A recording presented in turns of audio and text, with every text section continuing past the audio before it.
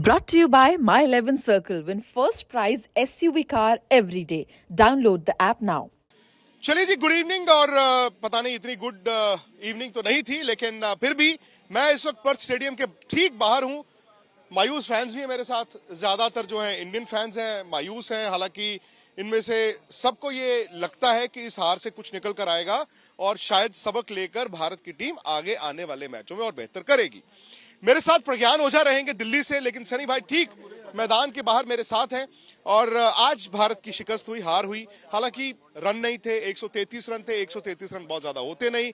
गेंदबाजों ने अच्छी गेंदबाजी की, 3 विकेटें भारत ने भी जल्दी ले ली।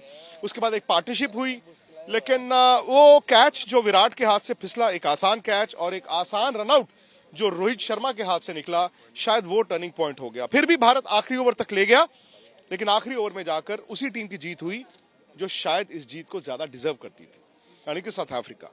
अब सवाल यही आ जाता है कि भारत क्या इस पूल में टॉप कर सकता है? आगे आने वाले नतीजे कैसे होंगे? क्या पाकिस्तान के लिए दरवाजा बंद हो गया है? तमाम सवालों पर हम चर्चा करेंगे, फैंस की भी राय लेंगे। इस वक्त बड़ी खामोशी है, शाम को बड़ा शोर था, भंगड़े ढोल नगाड़े, लेकिन फिलहाल थोड़ी मायूसी है।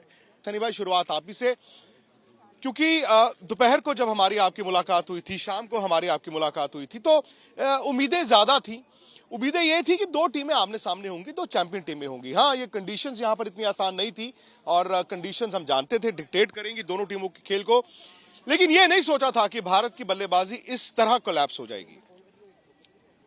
जी हाँ, बिल्कुल। क्योंकि भारतीय बल्लेबाजी एकदम टॉप क्लास बल्लेबाजी है। पर जैसा हमने देखा है कि कभी 1-2 विकेटें जाती है तो फटाफट और 2 विकेटें गिरती है।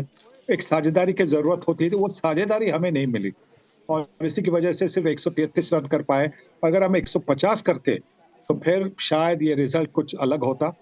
पर ये तो इफ्स और बट्स में होता है कि इफ ये होता तो ये होता, और अगर ये होता तो वो होता।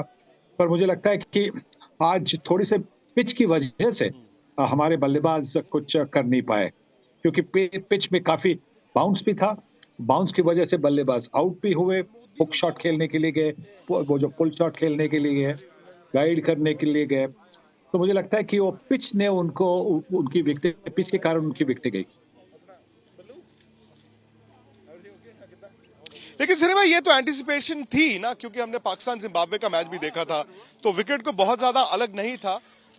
कभी कभी आपकी शॉट सिलेक्शन भी तो डिफाइन करती है ना, कि आप किस माइंडसेट के साथ खेल रहे हैं। स्पेशली लोग यहाँ पर सारे खड़े हैं, ये केएल राहुल पर सवाल उठा रहे हैं कि कितने फेलियर्स और। देखिए, 3 मैचेस हुए हैं। अब ये 5 मैचेस का ग्रुप होता है, 5 मैचेस आपको मिलते हैं। आपके पास और कोई अलावा कोई ओपनर है? मुझे तो नहीं लगता है आपके पास ऐसा कोई ओपनर है जो राहुल की जगह ले सकता है।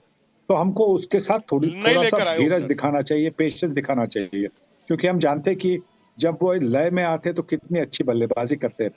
तो हाँ, आज एक शॉट जो था, एक स्लिप फील्डर मौजूद था, फिर भी बल्ले का चेहरा खोल खोल के, जैसे कि कैचिंग प्रैक्टिस दे रहे वैसे आउट हुए आज।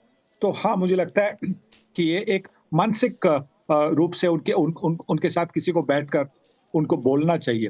हमारे पास पैडी अपटन को हमने लिया है मेंटल कंडीशनर करके। अगर उन्होंने कुछ नहीं किया तो देखिए, कोच मतलब बैटिंग कोच वगैरह तो ज्यादा आपको कह सकते हैं कि आपने ये गलती की, पर आखिरकार जो आप में एक कॉन्फिडेंस जो होता है, वो कॉन्फिडेंस को जगाने के लिए आपने मेंटल कोच को लिया है। तो मेंटल कोच से आप बात करें और राहुल को बोले कि राहुल, आपके पास काबिलियत, बड़ी काबिलियत है और आप बड़े रन कर सकते हैं। मेंटल भी, और साथ में सनी भाई कभी कभी ये भी हो जाता है ना, आपसे बेहतर कौन जानता है कि जब रन नहीं बनते तो फिर टेक्निकल डेफिशिएंसीज भी आती हैं। हालांकि मैं टीम को फॉलो कर रहा हूं, थोड़ा हैरानी होती है मुझे कि मैचों के दरमियान राहुल ने प्रैक्टिस नहीं की। आप कभी कभी होता है ना कि जब आपके रन नहीं बन रहे तो आप ज्यादा प्रैक्टिस करना चाहते हैं। शायद पैडी अपटन ने कहा होगा कि बेहतर है कि अगर रन नहीं बन रहे तो आप प्रैक्टिस ना कीजिए। किसी स्टेज पर आपको लगा भारत ये मैच जीत सकता है? जब 3 आउट हुए थे, या उसके बाद किसी स्टेज पर आपको लगा कि ये मैच में एक मिरेकल हो सकता है? देखिए, जब मार्करम और स्टब्स फटाफट आउट हुए तो लगा कि अब शायद और एक विकेट जाती तो फिर ये मैच आप भारतीय टीम जीत सकते थे, पर वैसा हुआ नहीं। फिर पार्नेल ने मतलब साथ दिया डेविड मिलर का। और जिस तरह से पार्नेल ने खेला, पार्नेल ने बड़े शॉट खेलने का प्रयास नहीं किया।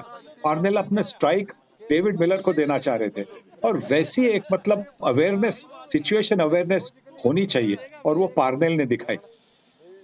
सनी भाई, जब विराट का वो कैच छूटा और रोहित शर्मा का वो रनआउट छूटा, क्या वो ज्यादा टर्निंग पॉइंट नहीं था, ज्यादा बड़ा? क्योंकि उस वक्त तो रन काफी चाहिए थे और मैच उस वक्त लग रहा था कि भारत की तरफ झुका हुआ है।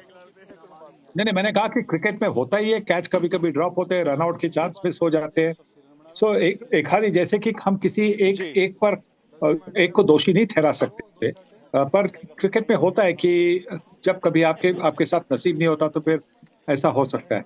सो दिग्गज खिलाड़ी भी जल्दी आउट हो सकते हैं, दिग्गज बॉलर भी काफी महंगे साबित हो सकते हैं, दिग्गज फील्डर भी कैच छोड़ सकते हैं। हाँ, नहीं, आप कह सकते कि हाँ, वो 47 ओवर, मतलब जब आपके पास सिर्फ 133 रन होते हैं और एक गेंदबाज 47 रन देता है, तो आप ये कह सकते कि उनकी उनकी महंगाई की वजह से दिक्कतें ज्यादा खड़ी होगी। चलिए, भारत के लिए पॉजिटिव क्या निकल कर आया होगा इस मैच में, इस हार से, और क्या आपको सबक लेना है?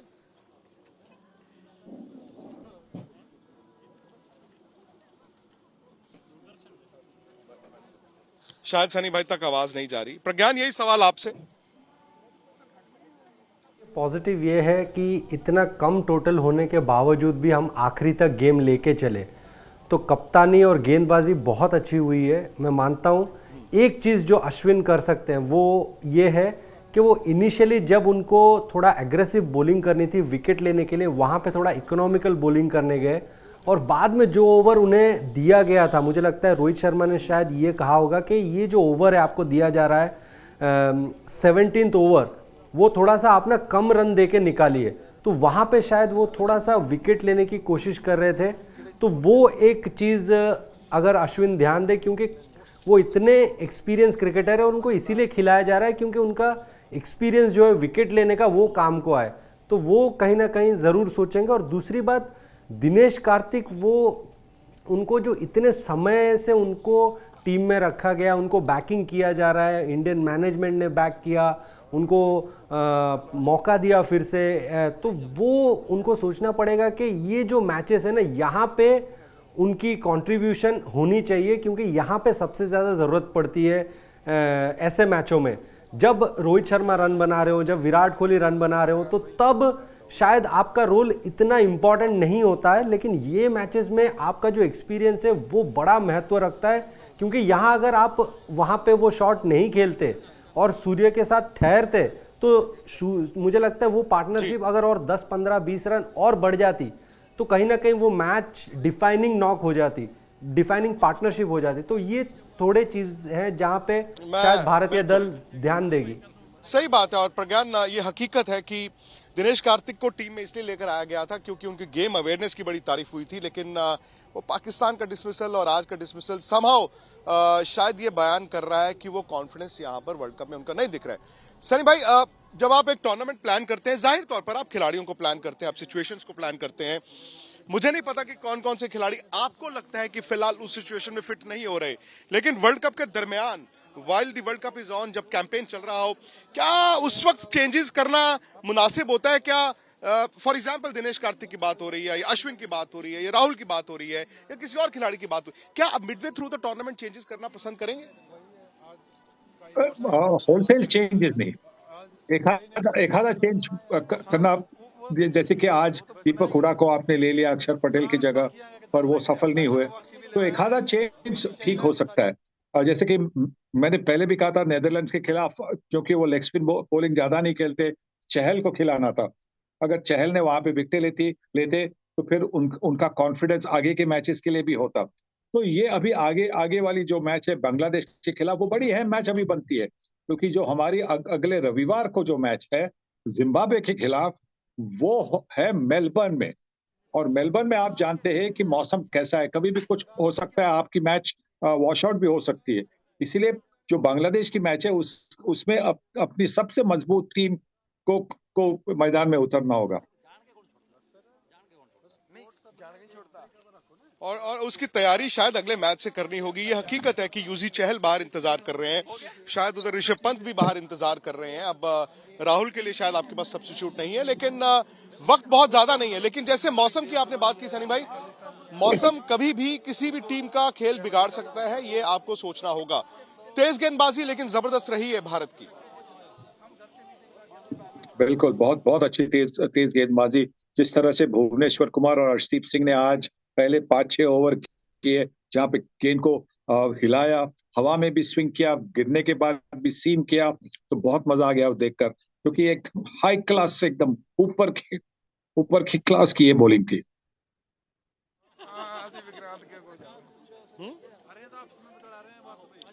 तो इस वक्त थोड़े फैंस हैं मेरे साथ।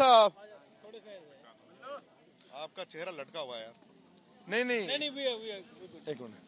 हम हमेशा खुशी मिजाज से रहते हैं। अब हमारा इस मैच में टर्निंग पॉइंट 2 थे। नहीं, वो टर्निंग पॉइंट हो गया। मैं तो ये कह रहा हूँ कि टीम पर विश्वास है या चला गया यार है ना? ओ यार बिल्कुल है, जीतेंगे हम यार। कोई एंजॉयड मैच, ये अच्छा मैच था, लेकिन केएल राहुल और दूसरा डीके, ये दोनों को we expecting more from these two. लेकिन ओपनिंग पे विश्वास नहीं है। नहीं कोई चक्कर नहीं। अपनी ओपनिंग है नहीं भाई, बल्लू रुक जा तो मैंने अपनी ओपनिंग है नहीं, बिल्कुल टेस्ट की तरह खेल रही है।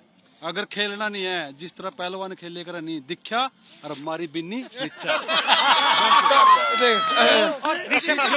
पंत की जगह जरूर बनती है टीम में। जैसा ओपनर ऋषभ पंत की जगह जरूर बनती है, उसको खिलाना जरूरी है। को लेके आओ। ऋषभ पंत ने गाबा में अपने दम पे सिंगल हैंडली मैच निकाला था, जहाँ पे ऑस्ट्रेलिया कभी हारी नहीं है, जहाँ पे ऑस्ट्रेलिया कभी हारी नहीं है। सारे आपकी गर्दन ठीक है? पहले ये बताइए। आप एक भी लेफ्टी को नहीं खिलाओगे टीम में, आज एक भी लेफ्ट नहीं खिलाया। Keshav Maharaj left hand bowler है, उनका 3 ओवर डाल गया। अगर ऋषभ पंत और तनु एक भी ओवर नहीं डालता, ऊपर से रबाड़ा और नोके ऋषभ पंत की टीम में खेले दिल्ली कैपिटल में, उसको पता था कैसे टैक्टिक करता हो। उसका बहुत एक्चुअली में आज जो टैक्टिकल एरर हुआ है कि पर्थ का पिच बाउंसी होता है, तो आज इन लोगों ने शुरुआत से ही वही मिस्टेक हुआ हमारे प्लेयर से। जो पाकिस्तान की मिस्टेक हुई है, क्यों हारा है पाकिस्तान? जो जिम्बाब्वे के बॉलर है, वो बॉल फेंकते ना यहाँ से लेकर ऊपर से, वो उनको प्रॉब्लम यही आई है। और इंडिया वाले इस कमी रह गई, जो साउथ अफ्रीकन बॉलर है ना, पहले मॉर्गन थे, अब उनके वो फॉलोअर हैं, वो यहाँ से बॉल फेंकते हैं, इंडिया वाले ब्लेखे में रह गए। It's all good, we will make it come back. चलो, मुझे इस चीज की बड़ी खुशी है कि फैंस जो हैं वो सारे यही कह रहे हैं कि जी we will make a comeback. Sunny भाई भी ये कह रहे हैं, लेकिन प्रज्ञान आपकी बात पर भी दम है कि आपको ये देखना होगा कि जो 11 आपका प्लान ए है, अगर वो नहीं चल रहा है तो जिद कभी कभी टीम के लिए अच्छी नहीं होती है। आपको प्लान बी भी देखना चाहिए। पर्थ से फिलहाल मैं आप सबसे इजाजत ले लेता हूं। अगर दीपक हुडा बॉलिंग नहीं करते तो ऋषभ पंत का गलत था सिलेक्शन। चलिए सनी भाई, आप सुन ही रहे हैं, फैंस काफी नाराज चल रहे हैं आज, हालांकि वो टीम के साथ खड़े हैं। जो आप कहते हैं कि टीम के साथ खड़े रहना है। एक सेकंड, मैं सनी भाई से पूछ रहा था। सनी भाई, जो आप फैंस आपकी बात सुन के कह रहे हैं कि टीम के साथ खड़े हैं, लेकिन कुछ एक उन्होंने भी सुझाव दिए हैं।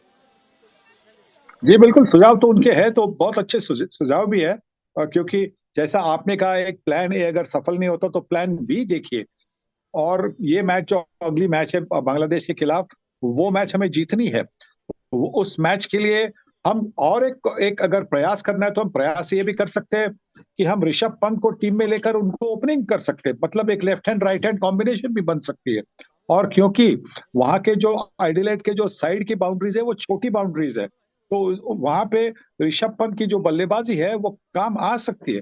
ये एक सुझाव है, और 2-3 दिन है यहाँ पे, मतलब आज शाम को मुझे लगता है कि जो भारतीय टीम की जो मैनेजमेंट है वो आज तो बिल्कुल एनालाइज करेगी, पोस्टमार्टम करेगी, और उसके बाद में वो निर्णय लेगी। पर जैसा हमारे जो फैंस है उनको शुक्रिया अदा कर लीजिएगा, क्योंकि अभी जब टीम हारती है तो उनका साथ देना जरूरी होता है, क्योंकि उस वक्त उनका जब मोरल डाउन होता है तो हमें उनको कहना है कि आपके पास वो काबिलियत है, आप ये टूर्नामेंट जीत सकते हैं। एक आधी मैच हार गए कोई प्रॉब्लम नहीं, अभी भी और मैचेस है, वहां पे आप जीतिए और आगे जाकर ट्रॉफी ले आइए। चलिए, सुनील गावस्कर साहब ने आप सबको मुबारकबाद दी है कि आप कम से कम टीम के साथ खड़े हैं। लेकिन प्रज्ञान, जाते जाते युजवेंद्र चहल, क्योंकि शादाब ने इसी विकेट पर दोनों मैचों में अच्छा बॉल डाला, आपको लगता है कि ये टैक्टिकल एरर हो गया?